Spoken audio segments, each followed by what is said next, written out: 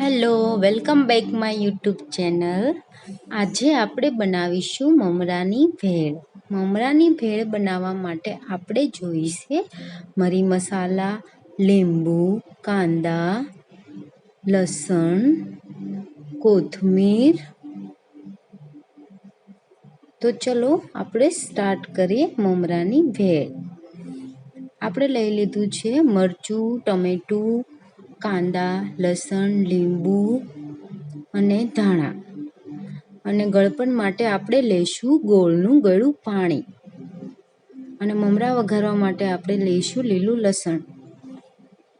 હવે આપણે એક પેનમાં મમરા વઘારવા માટે તેલ મૂકીશું. તેલને થોડી વાર ગરમ થવા દઈને એની અંદર આપણે નાખીશું મીઠો લીમડો, ધાણા જીરું,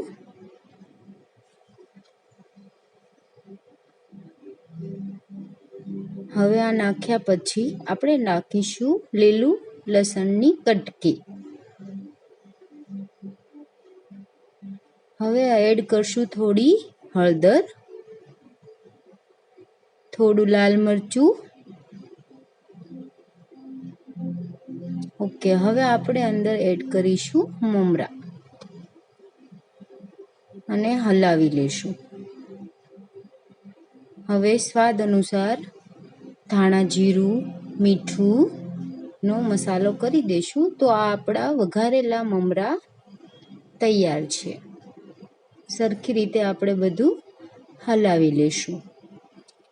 મમરા તૈયાર થયા બાદ હવે આપણે એની અંદર નાખીશું કાંદા કટિંગ કરેલા, મરચું, ટમેટા. હવે એની અંદર આપણે મસાલા એડ કરીશું, જેમ કે મીઠું, ચટણી, ધાણા જીરું, ચાટ મસાલો અને લીંબુ.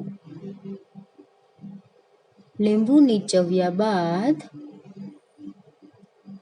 હવે આપણે આની અંદર નાખીશું ગોળનું ગળું પાણી.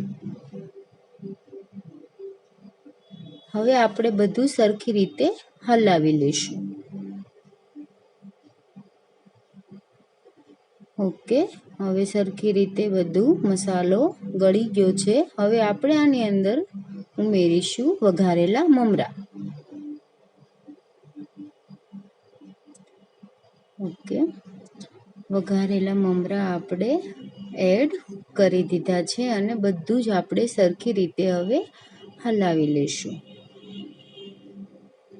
તો આ આપણો મમરાનો ભેળ રેડી છે.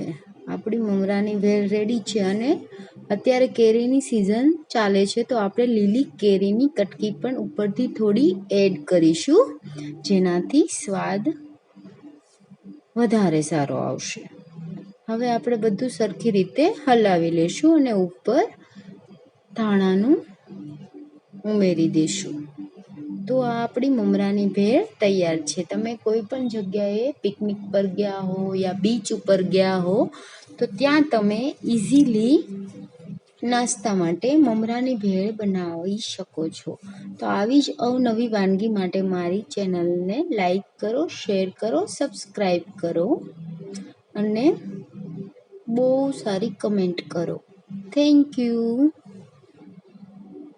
તો આપણી મમરાની ભેળ છે તૈયાર. જાઓ તમે કશે પણ પિકનિકમાં અને બનાવો મમરાની ભેળ. તમારે બીજી કોઈ પણ રેસીપી જોઈતી હોય તો મને કમેન્ટ બોક્સમાં લાઈક કરી દેજો.